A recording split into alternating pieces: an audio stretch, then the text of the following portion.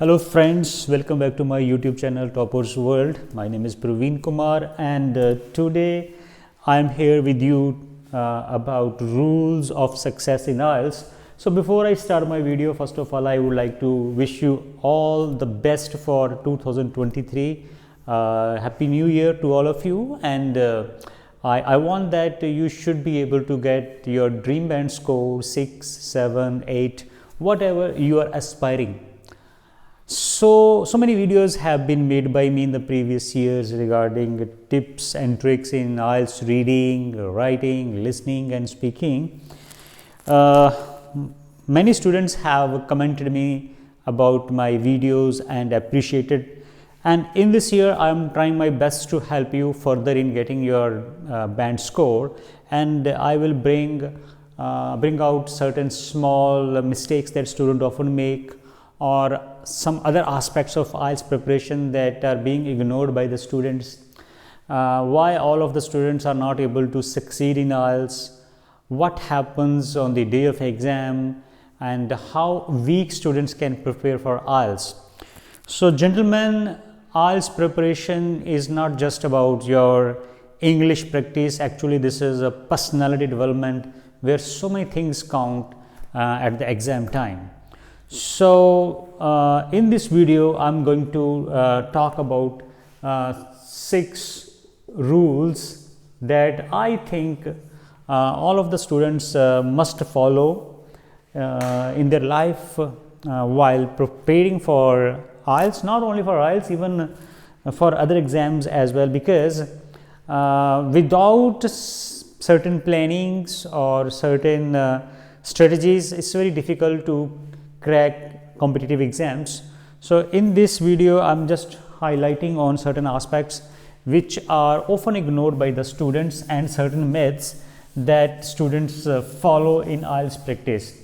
So the one of the biggest rule, not a rule I can say that here, is a myth that students have in their minds, that is regarding using lot of synonyms and vocab. I have seen that many students ask me, sir, give me such synonyms, such a vocabulary that we cram in couple of days and apply all those new words in Ielts writing or use them in speaking, and they will be able to get 7 or 8 bands in Ielts, or even whatever the score they want. So it's not easy for me to give them some ready-made vocabulary or ready-made synonyms, because Ielts checks your understanding of English. Understanding of English is required here. It does not want from you that you should write some fabulous vocabulary over there or very hard and tough words. So I have seen that many students just focus on some handful of words, cram them and apply or use them in their writing where they are not actually naturally fit. For example, when we have a simple word like people, okay, so you know people means log. So why the students want to write it masses, folks, denizens, some write them humans or homo sapiens. Okay, although they are synonyms of people, but they are not the exact synonyms. They are used in different context. They are used in different ways to express the different kind of situations, conditions. So I have never read in newspaper the word like denizens for people. They write people. Okay. So what should be done as a rule number 1 here? Instead of looking for synonyms, you can write like some of them, all of them, some people. Okay, suppose you are talking about some business related topics. Okay, so for business related topics, people means here can be customers. Okay, they are also people. Businessmen, they are people. So you can write them as businessmen. If you are talking sellers, buyers, producers, consumers, what are they? They are people. So these are the words that you need to use, because they are over there to express the business conditions. And suppose if you are talking about Any writing task is about hospitals, then the people means here the patients, doctor, support staff, nursing staff. If you are talking about school, colleges, then the people over there means students, teachers, faculty staff. So different situations have different words for the people. So similarly, there are other words for you. You just do lot of hard work to cram the synonyms. So I advise the first rule is rule number 1 in IELTS: learn not to use unfamiliar synonyms. Unfamiliar synonyms or the words that you are not sure of and you have just learned in the last 2-3 days those words, because those words you don't know the actual places where they need to be used. Okay, the second is, I have seen many students use too many idioms and proverbs, and they just want to make their writing very catchy, or they want to make their speaking very catchy. They use so many in their speaking, in writing, life is not a piece of cake. So it's okay. In informal speaking, it's okay, or in speaking test you can use a little bit, but not so many that in every sentence you use some idioms, because they make the understanding poor. In different countries and in different situations, these idioms have different meanings to express. So you cannot write them in a formal writing over here. Okay, in informal letter, in a general training task, you can write this, but not in academic essays or in the report writing. So avoid using or cramming or wasting your lot of time on idioms and proverbs. Number 3 is enhance your inputs. What does it mean, inputs? Effective speaking, effective writing is only possible when you have strong inputs. That means that you are reading some highly standardized literature, some articles, essays, newspaper, magazines, or you are watching standardized news channels like BBC, CNN, or you are watching some good content on YouTube in English. More you watch, more you read, the quality of output from you will be improved day by day, and that can be only possible if you are getting some information, some knowledge from the outside world. Many students who prepare for IELTS, I ask them often, do you read any newspaper? And their heads always down at that time, no. Or what kind of videos you watch on the YouTube? They say they watch comedies, they watch funny videos, TikToks. With this kind of inputs, it's not possible to enhance your band score in IELTS. You have to change your lifestyle. You have to think differently for IELTS preparation. The day when you start your IELTS preparation, from that day onwards, your every minute should be focused on the improvement of your English.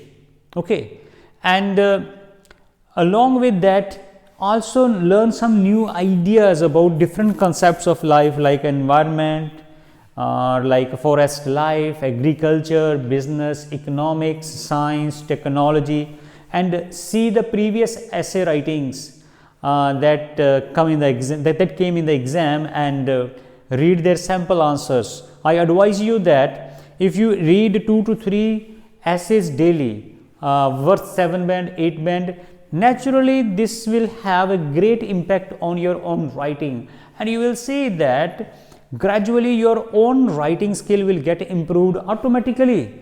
Your grammar, your vocabulary, your idea organization skills, they all will get improved, and that will happen only if you are reading others' essays, high band score essays, and for that I will advise you that you can download one wonderful app in your mobile phones, that is Ielts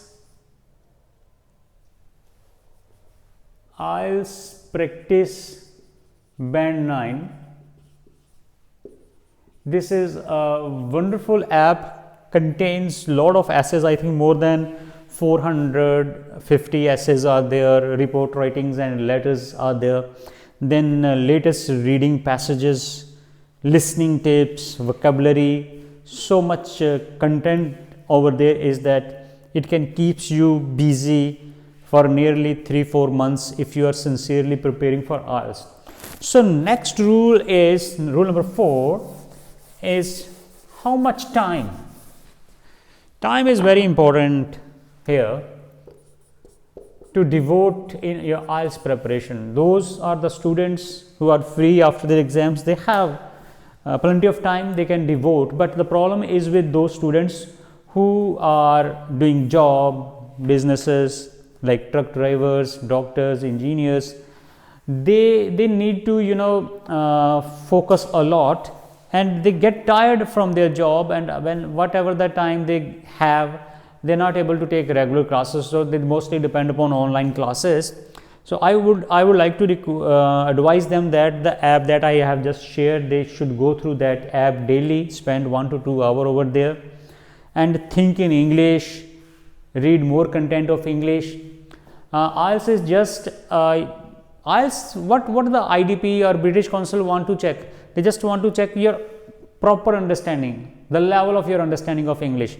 This is not something that you can obtain in 1 month. So many students who sometimes they may call to me and they ask me, sir, how much time I need to prepare for IELTS? So it's very difficult for me to tell them that they need 1 month or 2 months. It all depends upon where you stand. If your level of English is too low, you cannot write, your sentence formation is poor, or you don't have vocabulary, or you hesitate a lot, it means that it may take 6 months, 7 months, and for some students it may take 1 year. And those who are in their regular studies, and for them I think 15 days, 1 month practice is enough. So for IELTS practice preparation, that preparation should be 1 to 2 months, but English learning should have a long period. You should have a long history of learning English.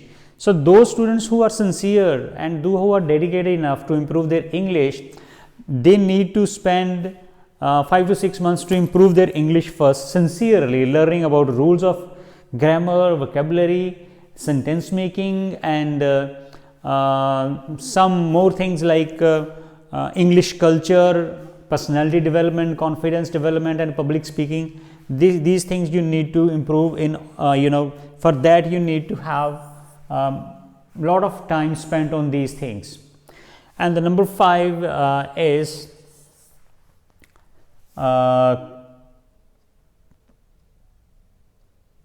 study material.